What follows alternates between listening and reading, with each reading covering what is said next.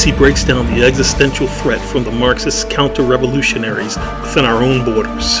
He points out as well an inconvenient truth that too many Americans are either oblivious to or in denial of, that being the American Democratic Party's apparent endorsement of and political and legislative support for elements of the Marxist movement in America. The rapidly growing and extremely subversive Marxist faction of the Democratic Party seeks the radical, fundamental transformation and destruction of the very institutions which have defined and strengthened this American constitutional republic for centuries. These Marxists have been effective in gaining the trust of many uninformed American voters.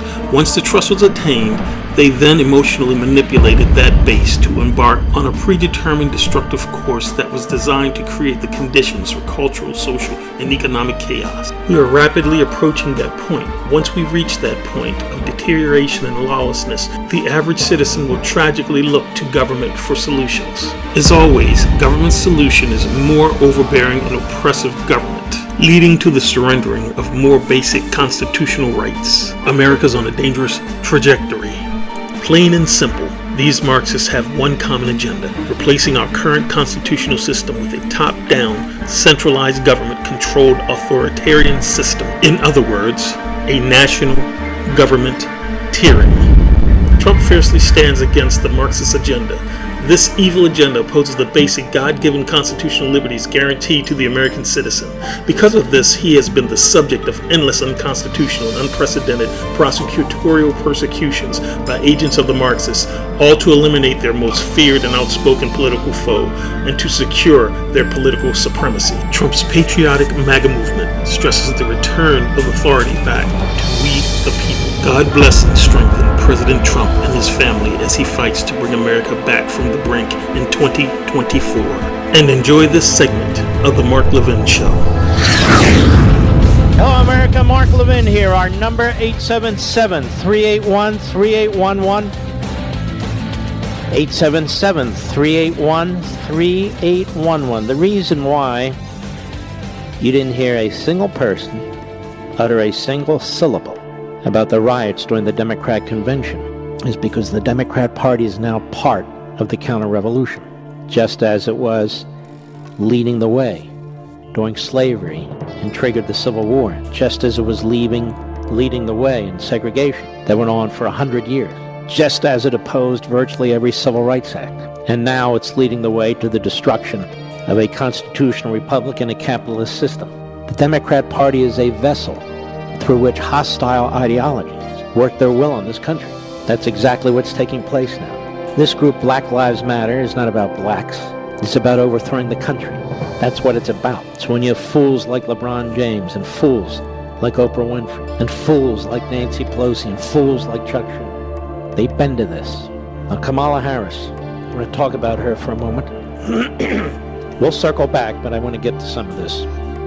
This guy, Jacob Blake, raped repeatedly his former girlfriend, did things to her that I cannot discuss on the radio. That day he was shot, did things to her that I cannot discuss on the radio. He brutally sexually assaulted her, including in her bed when one of her 3 children was sleeping right next to her. She already had a protective order to prevent him from coming close to her, but he didn't care. He didn't care. He's a felon, not a victim of anything. He had 3 of his own kids in tow. He resisted arrest. They tased him twice. It had no effect. Got into a physical brawl with the officers, with their guns drawn, but it didn't matter. Then he walks around to the driver's side of the car, opens the door, reaches in, and he's shot. Turns out there was a knife on the floorboard. His father, you know the old line, the apple doesn't fall far from the tree, has said some horrific things about Jews, about Christians, about this country. A thorough and complete anti-Semite, which is a huge problem in growing in the black community. So Kamala Harris visits the family. She says it's a wonderful family. Kamala Harris is proud of Jacob Blake Jr., the man who sexually assaulted, raped his ex-girlfriend, despite the fact there was a protective order. Counts included 3rd-degree sexual assault, criminal trespass, disorderly conduct, and a criminal complaint that had been issued by the state of Wisconsin. And yet sports figures, Hollywood figures come to the man's defense.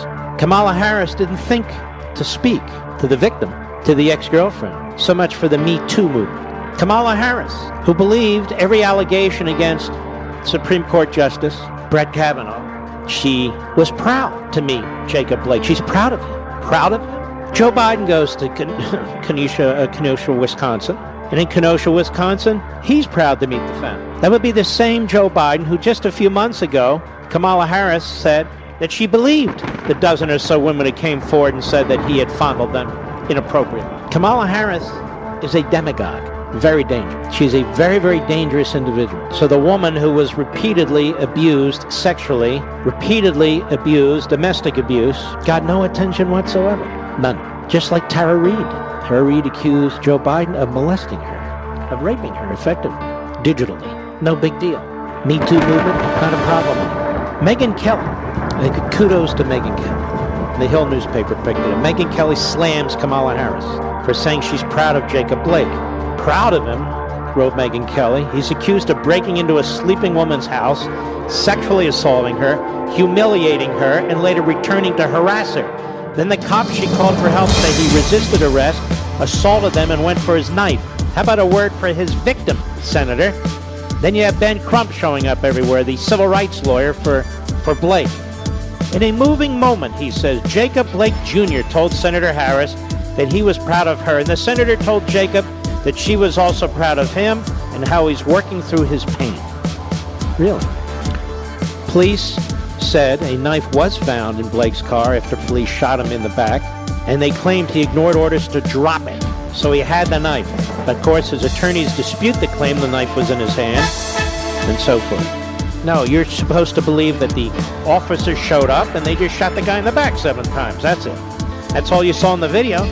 Tiana Lowe, writing at the Washington Examiner, writes, for every Jacob Blake, there are millions of Jacob Blake's victims. Millions. And the women in the suburbs who feel they're going to vote for Joe Biden because he's such a decent guy.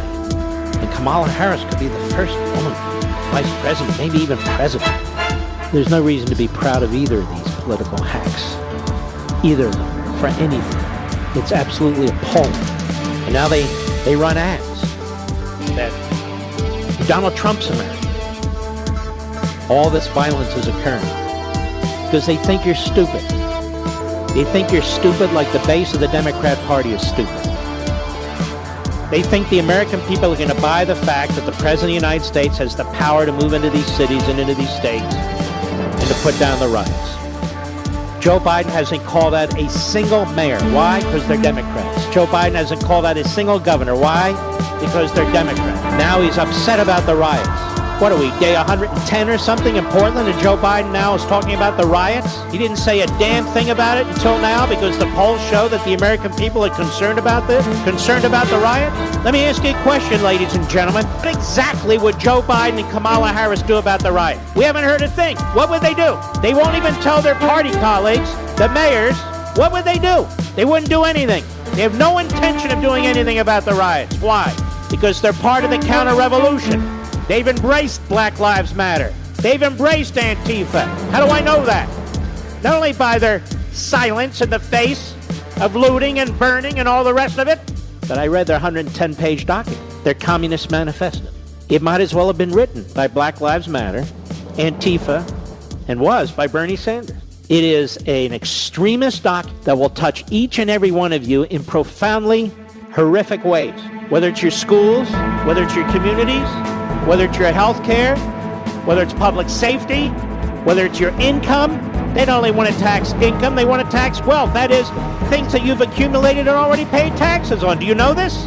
They want open borders. Illegal aliens get free everything, including health care. This is who they are. They're going to destroy Medicare, destroy Social Security, because the more havoc, the more anarchy, the more people turn to government. It's an odd thing, but it's true. And the bureaucracy is owned, hook, line, and sinker by the Democrat Party. The Republican Party has no idea what's taking place in this country. You hear the platitudes when some of them show up on Fox, but they have no idea what's fundamentally taking place in this country. Tim Scott has no idea what's taking place in this country. Mitch McConnell has no idea what's taking place in this country. These are not race riots. This is a Marxist counter-revolution. These professors, these idea people, the masterminds, they're Marxists. And so they'll use race if they think it'll work. They'll use the economy if they think it'll work. They'll use immigration if they think it'll work. They'll use climate change if they think it'll work.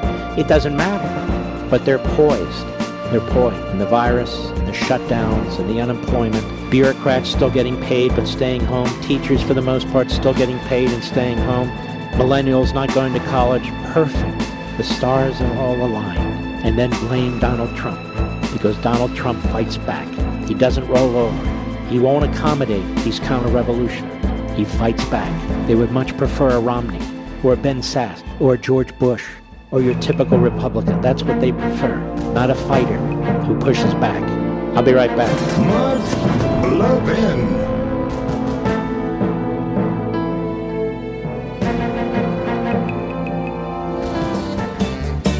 The demands of Black Lives Matter and Antifa have nothing to do with race. Race is a fig leaf. You'll notice more and more the people rioting under the nomenclature Black Lives Matter are white. So it could be race, it could be the environment, it could be immigration, it could be economics, doesn't really matter. I watch the suckers, LeBron James and others, Oprah Winfrey, who throw in with this and don't have the foggiest idea what they're throwing in. I watch the never-Trumpers and people like Mitt Romney and Ben Sasse who have no idea what's taking place in this country. They think they're smart, they're actually quite crude and stupid. Most of the Republicans have no idea what's taking place in this country. The president does, instinctively. Instinctively. Which is why they hate him with such a passion.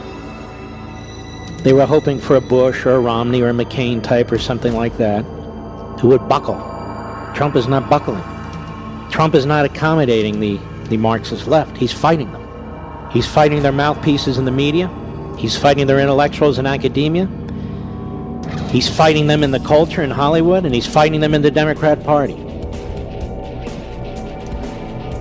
This is beyond conservative liberal. It's beyond Republican Democrat.